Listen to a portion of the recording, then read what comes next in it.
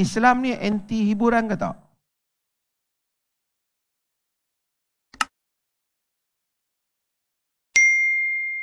Islam anti hiburan ke tak? Manusia ni disuruh berduka cita ke disuruh berbahagia? Belah sini setuju? Kita disuruh sentiasa bersedih ke ataupun disuruh ceria? Tapi bukanlah seronok sampai tak fikir apa kan? Okay, let's kita understand dia punya asas di dalam kehidupan dulu. Manusia ini Tuhan tak suruh kita duka cita. Dia suruh kita bergembira. Tuhan tawarkan syurga untuk orang yang buat baik. Kenapa manusia nak masuk syurga? Kena nak bersedih ke berbahagia? Of course.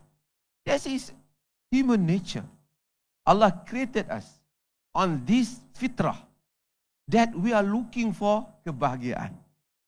Kita sentiasa mencari kebahagiaan. Dan agama bila datang, dia bukan memusuhi kebahagiaan. Apa doa yang selalu dia ajar pada kita? Semua kita hafal. Rabbana atina fid dunya wa fil akhirati wa qina. Okay. So we agree upon this. Kita bersetuju di atas hal ini. Semua kita boleh berbahagia, berhak bergembira, disuruh berbahagia. Cumanya jalan untuk bahagia itu. Bahagia satu hal, bergembira tu. Nabi bergembira tak? Bergembira. Ada dalam hadis baginda sallallahu alaihi wasallam. Nabi ni orang mana? Nabi orang mana asal? Orang Arau? Bukan. Orang mana? Nabi orang mana? Dia tak tahu Nabi orang mana. Nabi asal lahir di mana? Temeloh. Nabi lahir di mana? Nabi orang Mekah. Tapi Nabi mendirikan kerajaan dan pemerintahan dia di mana? Madinah. Agak jauh antara Mekah dan Madinah. Perlukan, sekarang ni dah pun banyak jam kalau naik bas. Okey. Orang Mekah ni dia okey, dia gembira juga. Banyak juga hiburan. Tapi orang Madinah ni dia lebih suka kepada hiburan. Bila ada majlis perkahwinan, Nabi hadir kepada perkahwinan. Hadir. Oleh kerana Nabi hadir, barangkali semua orang diam dalam majlis, tak mau bising-bising. Nabi berkata, Nabi sabda, Ama ma'akumullahu, fa innal ansara yu'jibuhumullah. Kamu tak ada nyanyian kah? Orang Ansar kan bukan suka nyanyian. Lepas tu, Nabi suruh Aisyah mengendalikan. Dan orang menyanyi. Ada gadis-gadis yang menyanyi, tapi Nabi membetulkan nyanyian mereka. Mereka kata, Wafina nabiyun ya'lamu ma fil ghad. Di sisi kami ada Nabi yang tahu besok akan berlaku apa. Nabi betulkan. Nabi kata, yang ni jangan cakap. Yang ni tak betul. Nabi tak tahu besok akan berlaku apa. Yang tahu siapa? Allah saja. So Nabi betulkan lirik itu. Tapi Nabi begitu luas membenarkan nyanyian. Pada hari raya, Abu Bakar datang ke rumah Nabi. Dan Abu Bakar mendengar ada dua orang gadis yang menyanyi. Abu Bakar kata, Amizmaru syaitan fi baiti Rasulillah. Adakah seruling syaitan di rumah Rasulullah? Nabi kata, Da'huma ya Abu Bakar. Innahu la'in. Inna li kulli qawmin 'id wa hadha 'iduna.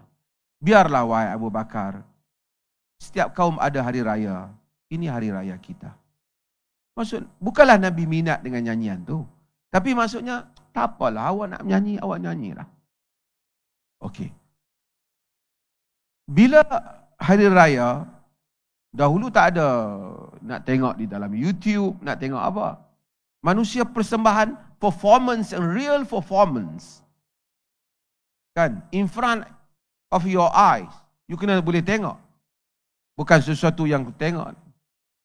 Selepas hari raya, ada orang-orang buat persembahan tarian perang di dalam masjid. Aisyah radhiyallahu anha, isteri Nabi, lihat tarian itu. Dalam riwayat, Aisyah melihat ketika beliau berada di belakang Nabi, letak dagunya di atas bahu Nabi, menyaksikan tarian itu, tarian perang itu. Nabi benarkan. Bahkan Nabi sebut bahawasanya likulli qaumin, Nabi sebut bahawasanya likai ta'lamal yahud anna fi dinina fushah, supaya Yahudi tahu bahawasanya agama kita ada keluasan. Wa inni bu'istu bi hanifiyati samha, aku diutuskan bagi satu agama yang pemaaf. So kita bersetuju boleh ada hiburan, tapi mesti ada peraturan. Betul tak?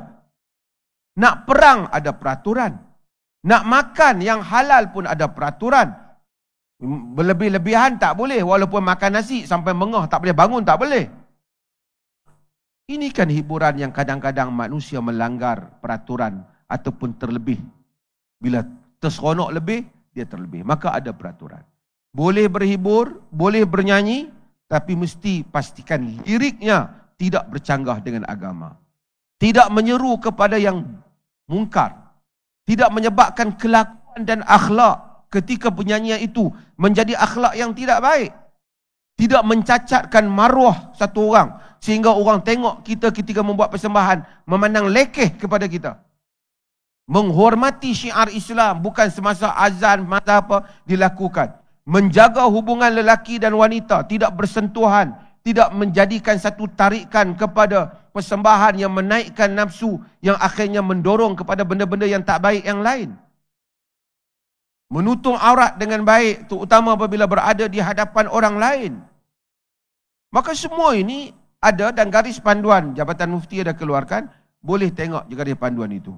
Dan saya pun selalu sebut pada pihak UNIMAP, the issue is not hiburan. The issue is how to follow the guidelines. Supaya kita sentiasa di dalam semua benda buat ada peraturan. Kalau buat dengan peraturan, dia menjadi harus. Atau kalau niat untuk kebaikan, mendapat pahala. Tapi kalau sekiranya melanggar peraturan, ia menjadi dosa.